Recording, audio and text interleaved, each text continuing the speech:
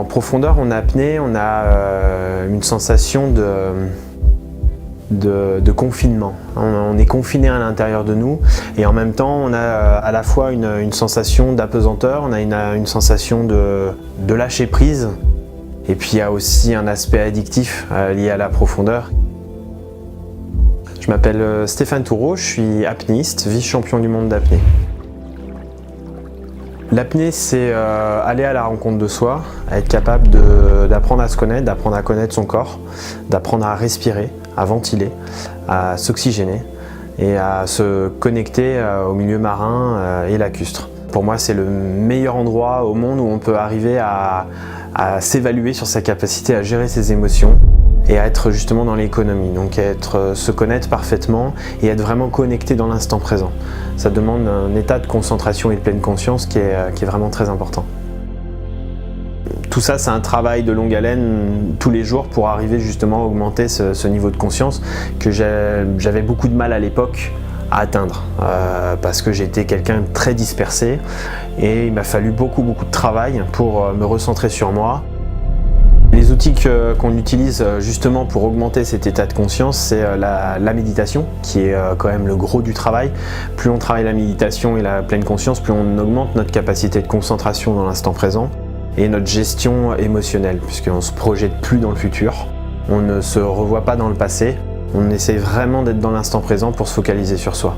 Et c'est vraiment cet état-là que j'essaye d'atteindre. Le neurofeedback m'aide à augmenter justement cette capacité d'engagement vis-à-vis de moi.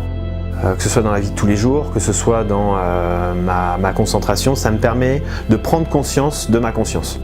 Mais dans l'application de tous les jours, on a toujours un petit peu, quand on vit seul, avec son propre sport et sa propre gestion de vie, en fait, d'avoir ce duel entre le soi, la volonté et tout ça. En fait, je dirais que le neurofeedback permet d'homogénéiser tout ça, d'aller beaucoup plus vite dans les connexions de la vie de tous les jours.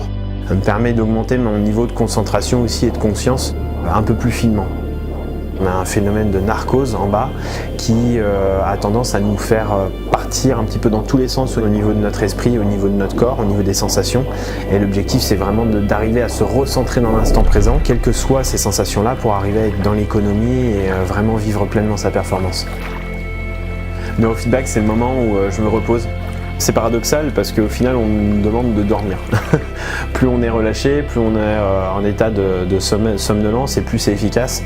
Donc au final, c'est je dirais mon moment de repos dans la journée, dans la semaine aussi, pour entre les entraînements, de pouvoir poser le corps. Parce que le cerveau lui continue de cogiter et de travailler parce qu'il va falloir qu'il fasse son travail. Mais en tout cas, je trouve que c'est vraiment simple à mettre en place, ça permet de se reposer, d'avoir un moment pour soi, tout en ayant cet aspect à augmenter notre capacité cognitive. Pour moi qui suis déjà sportif de haut niveau, qui travaille sur moi, qui a fait un énorme travail sur la gestion émotionnelle, en travaillant avec un préparateur mental depuis 8 ans, je dirais que c'est vraiment de la microchirurgie, on a juste des petits curseurs. Et Aude me travaille souvent pour avoir justement ce retour-là. Donc elle a des questions assez fines qui permettent vraiment de se remettre en question, de savoir qu'est-ce qui a évolué. Je dirais que c'est un outil qui est ultra complet, qui est ultra puissant. Quand on a un esprit qui cogite beaucoup, ça permet vraiment de recentrer les pensées et d'aller plus loin. Ouais. C'est un ultra complément à la méditation, c'est un complément à son engagement, que ce soit au niveau de la nutrition, au niveau du sommeil, au niveau du bien-être. Donc je pourrais pas dire que ça a transcendé les choses. Par contre, ça a vraiment contribué, moi, en tant qu'athlète, à affiner ce dont j'avais besoin pour aller plus loin.